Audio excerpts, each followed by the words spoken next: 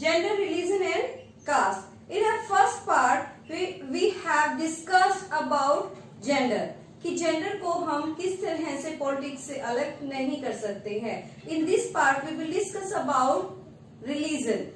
Religion के बारे में अब हम अपने सेकंड पार्ट में डिस्कस करेंगे.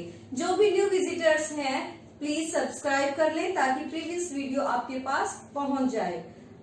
अब हम डिस्कस करते हैं हमारा रिलीजन. रिलीजन का मतलब आपको पता, अपने देश में या विश्व के किसी भी देश में देखते हो तो कोई एक धर्म के लोग ही आपको उस देश में नहीं मिलेंगे, बल्कि बहुत सारे धर्मों के लोग वहाँ मिलेंगे. हमारे देश में भी बहुत सारे धर्मों के लोग रहते हैं. अब हम क्या देखते हैं कि हम धर्म को किसी भी प्रकार से अपनी राजनीति से, पॉलिटिक्स से रिलीजन को अलग नहीं कर पाते हैं. वो कैसे?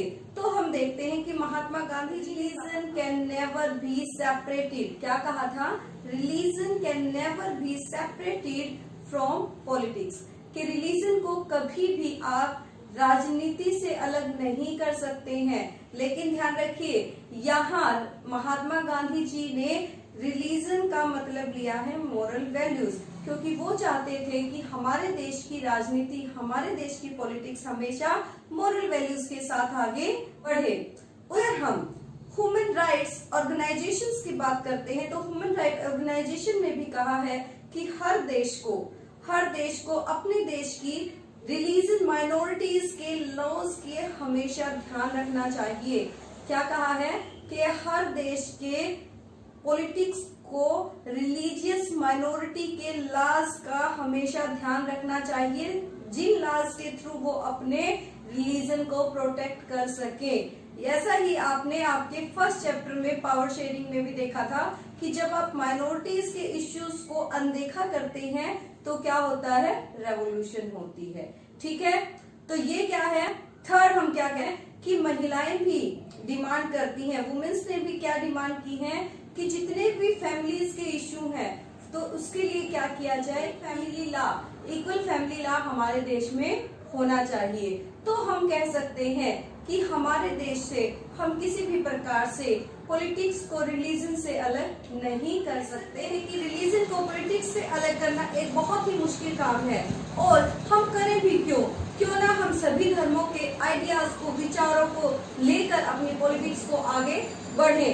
जब हम इन सभी के विचारों को लेकर आगे बढ़ते हैं तो ये एक बहुत ही बेहतरीन सोच होती है.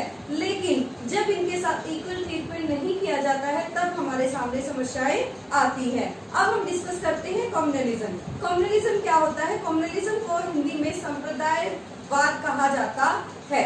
ये संप्रदायवाद क्या होता है? जब किसी एक रिलीजन के लोग अपने आप को सुपीरियर समझना शुरू करते हैं और दूसरे को इंफीरियर समझना शुरू करते हैं तो इसे कम्युनलिज्म कहते हैं.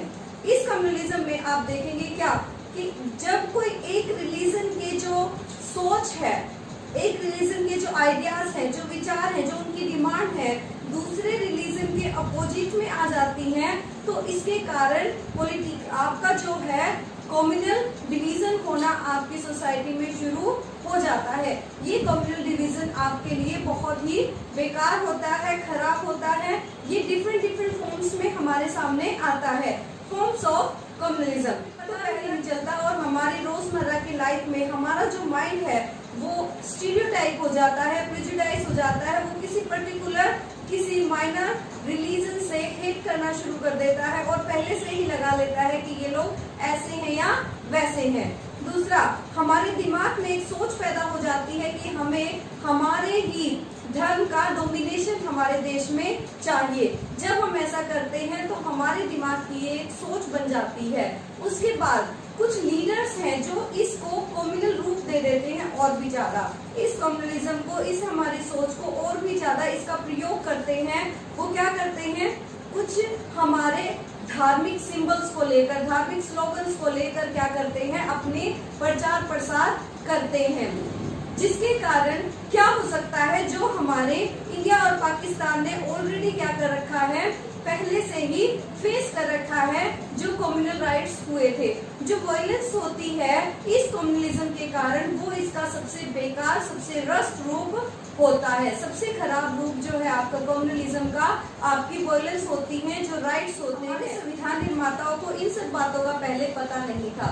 वो बहुत ही बेहतरीन तरीके से जानते थे कि हमारे देश में इतने धर्मों के लोग रहते हैं, हमारे देश में इतनी विभिन्नताएं हैं, तो सामने कौन कौन सी समस्याएं आ सकती हैं। इसीलिए उन्होंने हमारे देश को एक सेकुलर कंट्री बनाया है, जिसमें सभी धर्मों को समान रूप से ट्रीट किया जाता है, इक्वल ट्रीट किया जाता है, सबको समान सम्मान दिया जाता है और हर व्यक्ति को अपनी मर्जी से किसी भी धर्म को फॉलो करने की स्वतंत्रता दी गई है। इतना हमारे इस चैप्टर के इस पार्ट के लिए इनफ है। Thank you. वीडियो को पूरा देखा कीजिए, वीडियो को लाइक करें, शेयर करें, अपने फ्रेंड्स के साथ सब्सक्राइब करें। Thank you. Have a nice day.